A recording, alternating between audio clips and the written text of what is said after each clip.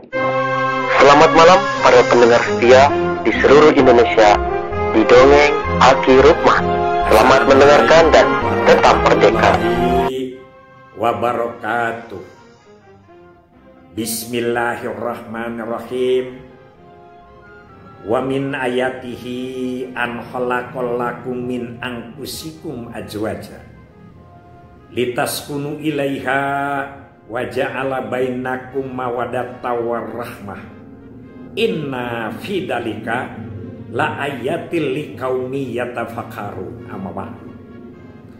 Bapak, Ibu, dan kawan-kawan sekalian serta anak cucu Aki dimanapun berada, selamat malam dan sampurasun.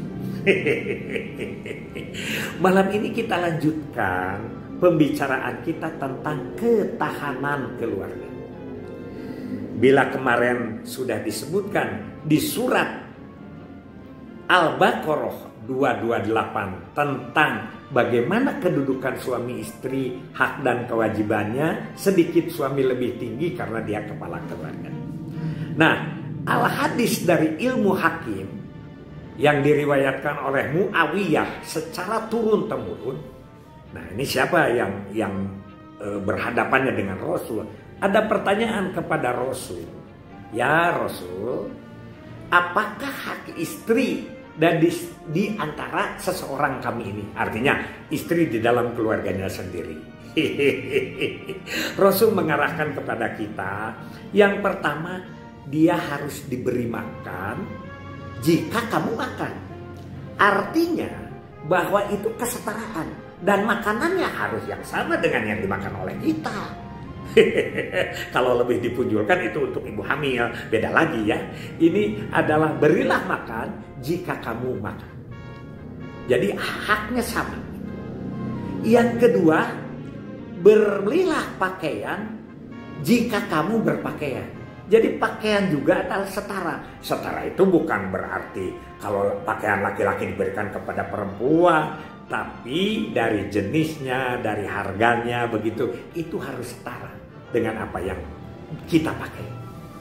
Yang ketiga adalah jangan memukul wajah. Jangan apa? Jangan memukul wajah. Jadi pukullah kakinya kalau memang ada sedikit kesalahan begitu ya, atau lebih bagus tidak dipukul, apalagi ke wajah itu tidak boleh ya. Hukumnya juga tidak boleh. Kalau tidak boleh mungkin secara hukum itunya haram ya begitu. Yang keempat, jangan berkata yang buruk. Si ijah, si hidung, siapa lagi? Kamu tuh dasar si doyot, wah, dan lain sebagainya ya. Keturunan apalagi sudah membawa keturunan, itu paling tidak boleh ya. Jadi tidak boleh berkata buruk ya begitu. Yang ketiga, yang berikutnya adalah jangan mengisolasi perempuan itu kecuali di lingkungan rumah. Jadi jangan orang ini disimpan, dipenjarakan di rumah mana gitu, itu yang menjadi haram ya. Itu tidak boleh sama sekali gitu ya. Jadi sama dengan dia itu dengan membunuh secara pelan-pelan ya. Pergaulan suami istri. Nah, ini win jabar win, neuh jabar neuh. Kawin kemudian hamil. Sabulan ngaherang, 2 gumambang, 3 gumulung, 4 mangrupa, 5 usik, 6 malik, 7 calik, 8 bora, 8 kuperan. Ini yang harus kita selalu ingatkan. Orang hamil harus dijaga apanya? Harus dijaga jangan sampai sakit hatinya dan jangan sampai sakit badannya. Dibalik, jangan sampai sakit badannya dan jangan sampai sakit hatinya. Nah, apabila ini dilakukan secara ma'ruf, secara aturan, secara baik, secara thayyib, maka ini akan melahirkan keluarga yang soleh dan solehah. Begitu. Ya itu kita kan sudah banyak membahas ini. Ini hanya untuk garis besar kepada para penanya saja, ya. Itu garis besarnya. Kita cerita Eka Padmasari, Dewi Marutani, Tri Kaula Busana, Catur Wanara Rukem, Pancasura Pongga, ya, Saguna Wiweka, Sabta Kopila Warsa, Nowonogroloyo, Sanga Bujangga Perseka, sampai kepada Dasa Buta Perlayan. Masih ingat kan Kang Cecep? Cecep Jatinangor itu udah beberapa kali tuh menanyakan lagi, catatannya hilang Ji. Nah itu ya, kerjasama tolong menolong, itulah takwa. Setiap muncul problema, karena ada problema selalu di dalam rumah tangga. Paling banyak ya. Katanya pergi ke Mekah, malah di sana juga berantem juga. Ya, istrinya, wah, dan lain sebagainya. Karena itulah maka di dalam sebuah penyelesaian problema harus diselesaikan secara menyenangkan. Harus diselesaikan secara menyenangkan dan jangan diakhiri secara mengenaskan.